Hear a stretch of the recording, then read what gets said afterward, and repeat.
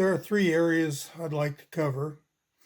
One is gating, risering, just the whole gating system in general. The size castings most home users, backyard casters are going to use. Doesn't really matter. You dump metal down a hole, you're going to get a casting. So this is the way I was taught. It works just as well as anything else out there. As I worked in a job shop, that should work. So in what I was taught, we got a pouring basin. We got the sprue. This bottom area down here is called a choke. Bottom of the choke, you got or the bottom of the sprue, we got a well, we got a runner extension, and then the in gate, or just gate, however you want to call it. It can go in the cope or the drag. It doesn't matter. It depends on the pattern you got to work with. Now, to do the calculations for this, you need to know the area of the choke here. So to find the cross-sectional area of a circle or a square or whatever, but in this case a circle, it's pi times the radius squared equals the area of the choke. It's just a cross-section at the location of the choke. And what happens is we use a pouring ratio. In the foundry I worked at, we used a 1:4:4 ratio. So cross-sectional area of the choke was 1. 4 times that area is the area of the runner. All the runners included, depending on if you got 1, 2, or however many you need. And 4 times the area of the choke for all the end gates added together. So as an example, is equal to 0.4 diameter. That's 1.125 square inches.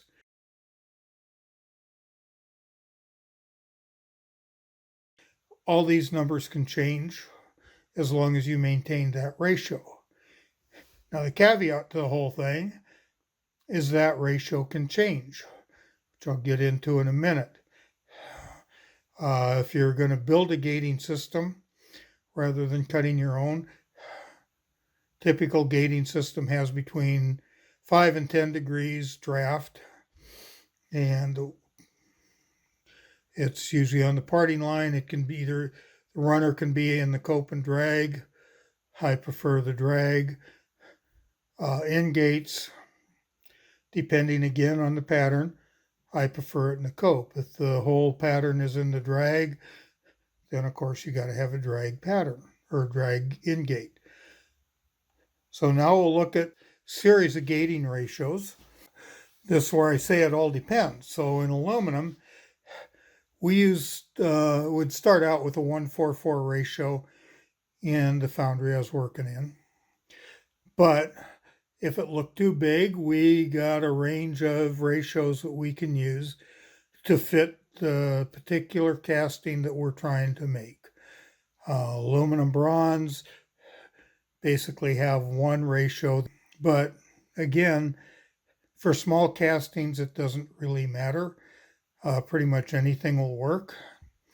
Brass, you got a series of ratios, and copper, you got a series of ratios. And that's pretty much it for gating system. Last area is risers. So here we got just an open riser. It's on a pattern where you can't get too easily to either cut off or whatever. So you just have an open riser going through the cope. Here's a blind riser. This is called a cracker, this little V shape here. All that is to do is to start the shrink moving, because this is a dome section. Start the shrink moving that way. This is a loose riser that's also open at the top. It's got a little pad here and a witness so you can cut the riser off and grind that little pad off. This is a side riser that would go all the way down to the parting line. Pattern would be here. It would still go all the way up to the cope, It could also be a blind riser. It doesn't really matter. And the last one is a knockoff riser. It's mostly used for iron. And what there is there's a little core box here that makes these 45-degree cuts in this flat area between. And on an iron casting, you can knock them off with a sledgehammer, depending on their size. But there's no real cutoff. All you do is you smack it hard. It'll break along this line, and you can grind this part off. So that makes it real easy for iron castings. Now when it comes to shrinkage, first rule in a riser is keep your riser as close to the pattern as you possibly can. Shrink pattern on a blind riser, it's going to shrink in this area.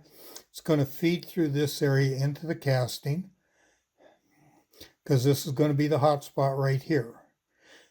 Same with an open riser. It's going to shrink something like this going into it. It's also going to feed into the side of the pattern, and this is a hot area right in here. A loose open riser is going to shrink about like that. Feed is straight down, and hot area is again going to be right in here. So you want all that metal to shrink in toward the hot area, but you want this hot area to feed into the pattern or the casting. That's pretty much it for gating and risering. If you have any questions, comment, and I will try and answer all of them that I can.